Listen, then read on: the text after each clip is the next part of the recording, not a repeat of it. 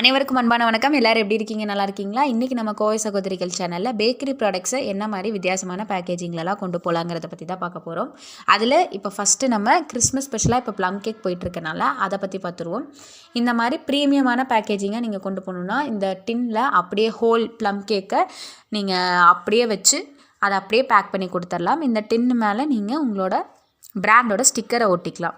அடுத்தது இந்த மாதிரி ஸ்லைஸ் பண்ணி கூட நீங்கள் இந்த பிவிசி ஃபுட் கிரேட் பிவிசி பாக்ஸில் ஸ்லைசஸ் போட்டு கூட நீங்கள் அப்படியே பேக் பண்ணி உங்கள் கஸ்டமர்ஸ்க்கு கொடுக்கலாம். இதுலேயும் உங்களோட ஸ்டிக்கர், உங்கள் பிராண்டோட ஸ்டிக்கரை அப்படியே நீங்கள் மேலே ப்ளேஸ் பண்ணிக்கலாம். இந்த மாதிரி நீங்கள் பண்ணிக்கும் போது நீங்கள் உங்கள் பிராண்டுக்கான ஸ்டிக்கரை மட்டும் வச்சுக்கிட்டு அதை அப்படியே நீங்கள் என்ன பேக்கேஜிங்கில் நீங்கள் கொண்டு போகிறீங்களோ அதுக்கேற்ற மாதிரி நீங்கள் அதில் ப்ளேஸ் பண்ணிக்கலாம்.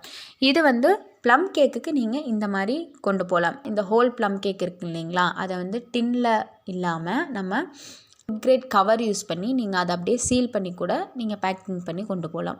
இந்த மாதிரி சீல் பண்ணிவிட்டு மேலே உங்கள் பிராண்டோட ஸ்டிக்கரை நீங்கள் ஒட்டிக்கோங்க. ஒட்டிட்டிங்கன்னா உங்களுக்கு கேக்கும் பெருசாக டேமேஜ் ஆகாது. ஏன்னா நம்ம அதை சுற்றி நல்லா கவர் பண்ணியிருப்போம். அந்த ஷீட்டு போட்டு கவர் பண்ணிவிட்டு இந்த மாதிரி பேக் பண்ணிவிட்டு மேலே உங்கள் ஸ்டிக்கரை ஒட்டி நீங்கள் அப்படியே கூட நீங்கள் கொடுக்கலாம். இது வந்து பட்ஜெட் ஃப்ரெண்ட்லி பேக்கிங்காக இருக்கும் உங்களுக்கு.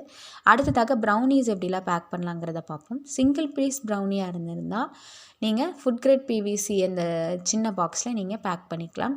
நீங்கள் இல்லை ஒரு பிளாக் ஆஃப் ப்ரௌனி கொடுக்குறீங்க, இல்லை பீசஸ் ஆஃப் ப்ரௌனி கட் பண்ணி கொடுக்க போகிறீங்கன்னா இந்த மாதிரி ஒரு ஃபுட் கிரேட் பிளாஸ்டிக் பாக்ஸில் நீங்கள் வந்து பேக் பண்ணி கொடுக்கலாம்.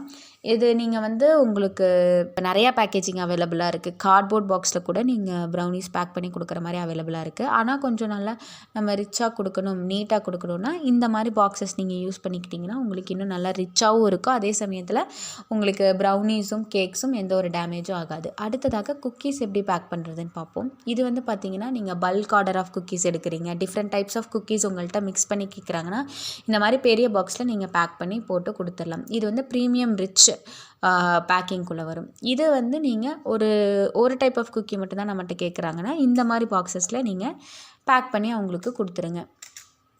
அது இன்னுமே நல்லாயிருக்கும். இப்போ அதுலேயும் நான் ப்ரீமியமாக நான் கொண்டு போகணும் அப்படின்னா இந்த மாதிரி மெட்டல் டின்ஸ் உங்களுக்கு இருக்குது.